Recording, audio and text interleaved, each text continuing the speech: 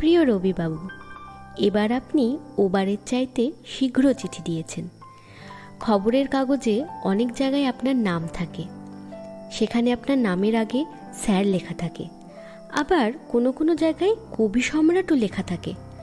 আপনি খুব ভালো কবিতা লিখতে পারেন কি না, তাই আপনাকে রোজ অনেক লোককে চিঠি লিখতে হয় বুঝি? কজন লোককে? ছি ছি, আপনি কুঁড়ে। আমি কিন্তু কুঁড়ে নই। আমরা যদি আপনার বাড়ির কাছে থাকতাম তো বেশ হতো।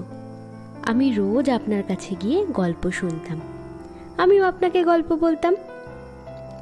আপনাকে দেখে আমার একটুও ভয় করবে না। আপনি তো খুব সুন্দর দেখতে।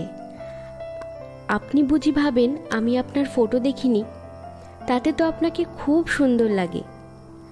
আমাদের শোবার ঘরের মাঝখানে আপনার একটা সুন্দর ফটো আছে। মা আর একটা মাসিক পত্রতে আপনার একটা সুন্দর ফটো পেয়েছিলেন, সেটাও বাঁধিয়ে রেখেছেন। আপনি যদি নারদমুনির মতো ঝগড়টে হন, তবে নিশ্চয়ই আপনি নারদমুনির মতো গানও গাইতে পারেন, বীণাও বাজাতে পারেন। আপনার যখন সুবিধা হয় তখন আমাদের বাড়িতে আসবেন, কিন্তু আসবেন। প্রত্যেকবারেই তো আপনি লেখেন আসবো, কিন্তু আসেন না। আমি এবার কেমন বাসন্তী রঙের কাগজে চিঠি লিখছি, খামটাও বাসন্তী।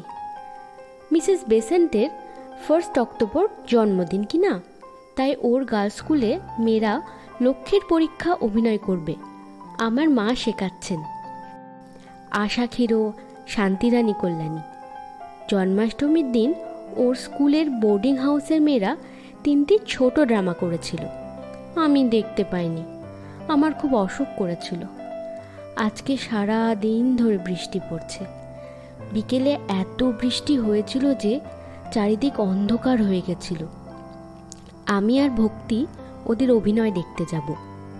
আমরা যে অন্য স্কুলে পড়ি, আমাদের স্কুলের নাম CHC গার্লস স্কুল। এবার আরবারের মতো একটা মস্ত বড় চিঠি লিখবেন। ঠিকানা আর লিখে দেব না, ভুলে যাবেন না। এবার তবে শুতে যাচ্ছি। রানু এই চিঠিতে একটি ছবি এঁকেছিল। ছবির বিবরণ অনুযায়ী মেয়েটির নাম মিনা। এক হাতে সে হাঁসকে খাওয়াচ্ছে, আর এক হাতে সে জিনিস রেখেছে। এবার আবার চিঠিতে ফিরি। ছবিটি কেমন সুন্দর, আমি এঁকেছি। আচ্ছা, কৃপা করে ঠিকানা লিখে দিচ্ছি। যদি ভুলে গিয়ে থাকেন তবে আর লিখতে পারবেন না। তোমার সঙ্গে চিঠি লিখে জিততে পারবো না, এ আমি আগে থাকতে বলে রাখছি। তোমার মতো বাসন্তী রঙের কাগজ খুঁজে পেলুম না। সামান্য সাদা কাগজই সবসময় খুঁজে পাইনি। তোমাকে তো আগেই বলেছি আমি কুঁড়ে। তার উপরে আমি ভারী এলোমেলো। কোথায় কি রাখি তার কোনো ঠিকানা পাইনি। এমন আমার আরো অনেক দোষ আছে। এই তো চিঠির কাগজের কথা। তারপরে ভেবেছিলুম ছবি এঁকে তোমার সচিত্র চিঠির উপযুক্ত জবাব দেব। চেষ্টা করতে গিয়ে দেখলুম অহংকার বজায় থাকবে না।